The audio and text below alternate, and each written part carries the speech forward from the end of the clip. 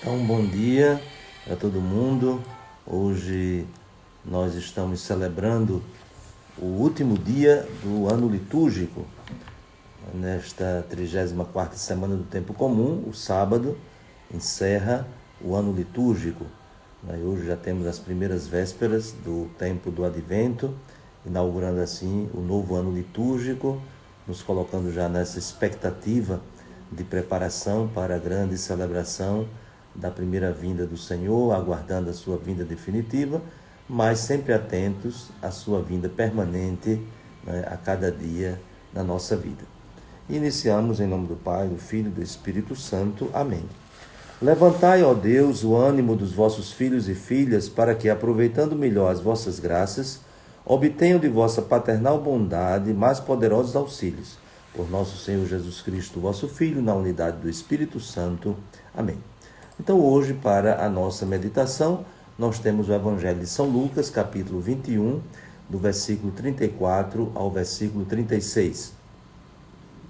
E, de novo, nós estamos diante de um pequeno trecho do Evangelho, mas que nos ajudam quase como uma janela para retomar temas que estão presentes ao longo do Evangelho. Então, o que é que Jesus diz aos discípulos? Primeiro, sempre situando esta palavra de Jesus no final da sua vida pública. Então, Lucas, organizou todo o seu material, tudo que ele pesquisou e tudo aquilo que ele recebeu também pela tradição sobre os ensinamentos, sobre a vida, os milagres de Jesus, as parábolas e assim por diante. Ele organizou tudo isso num caminho de Jesus para Jerusalém. E agora Jesus está em Jerusalém, está no templo ensinando, está justamente se confrontando, com ideologias e com as autoridades do tempo, tanto autoridades religiosas como também autoridades políticas.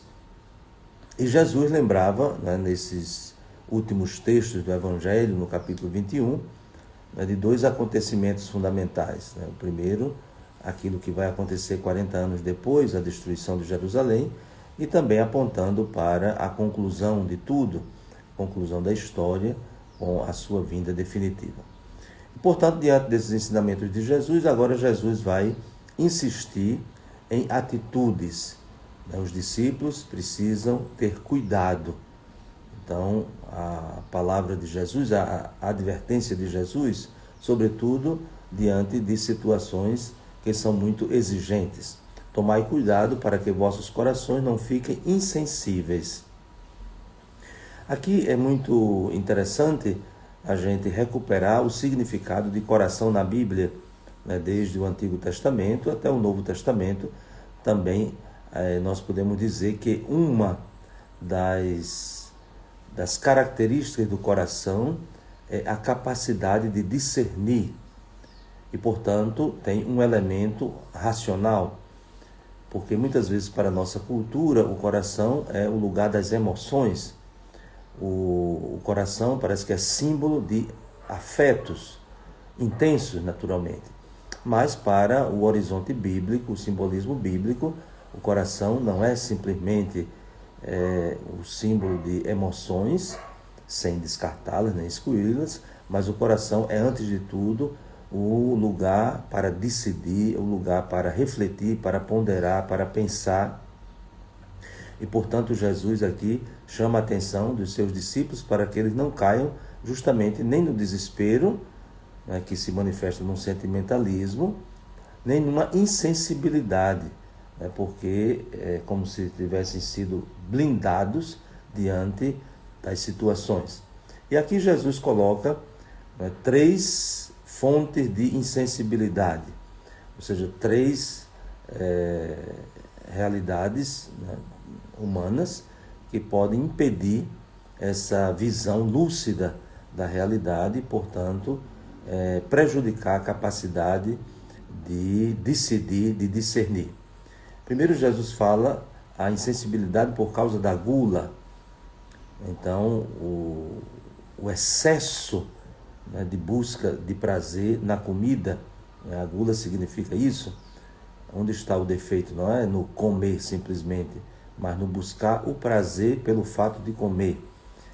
Depois Jesus fala também da embriaguez, né? O excesso da bebida, e portanto isso torna também insensível.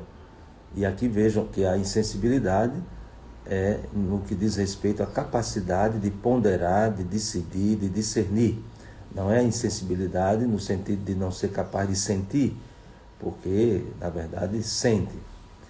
E depois Jesus resume, poderíamos dizer, tudo com a expressão preocupações da vida. Então, esses 3 focos destacados por Jesus tocam a totalidade do ser humano, né? O seu comer, o seu beber e as suas atividades, né? Tudo aquilo que diz respeito à sua experiência. E Jesus diz, chamando a atenção, né, para esta possibilidade, né, de um caminho de alienação. Na verdade, o que Jesus quer dizer é isso. Então, tudo isso está acontecendo e as pessoas estão aprisionadas nessa insensibilidade. E será que isso tem a ver com os nossos dias? Será que isso tem a ver com a nossa vida? Realmente que tem, né? Às vezes a gente fica diante de situações um tanto paralisados, e aí se busca justamente o caminho da insensibilidade.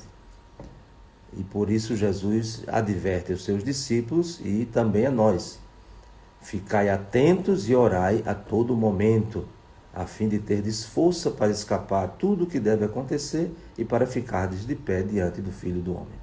Então essa advertência de Jesus, vejam, tanto no início do Evangelho, no versículo 34, como agora no finalzinho, se usa sempre essa expressão de advertência a permanecer atentos. Então ficai atentos, tomai cuidado. A insensibilidade que cega o coração, né? Justamente cega o coração, não apenas os olhos, ou seja, a capacidade de refletir, de pensar, de ponderar e de decidir. Então, finalizando este ano litúrgico, nós pedimos ao Senhor que nos ajude, né, a quebrar esta insensibilidade, a não favorecer esta insensibilidade no nosso coração. E daí nós temos alguns desafios. Então, o que é que nós nutrimos no nosso coração? O que é que alimenta, de fato, o nosso interior? Aí Jesus dá o caminho. A oração, ela é fundamental para que possamos ter lucidez interior, clareza no nosso coração, e nós diríamos, né, no nosso modo de perceber, clareza na nossa mente.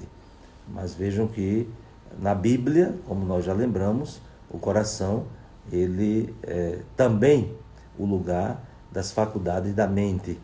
A mente que pensa, reflete, que pondera, que busca iluminação, e tudo isso. Então, que o Senhor nos ajude a iniciarmos bem este novo ano litúrgico, né, para, de fato, na oração, na atenção, na vigilância, podermos crescer sempre mais e assim ficarmos de pé, né? Como ele diz, permanecermos e ficarmos de pé diante do Senhor. Então, desejo a todos vocês um bom e abençoado final de semana, um bom início de ano litúrgico, neste primeiro domingo do tempo do Advento que vamos iniciar nesta tarde. Então, que desça sobre vós a bênção de Deus Todo-Poderoso, Pai, Filho e Espírito Santo. Amém. Um grande abraço e até a próxima oportunidade, se Deus quiser.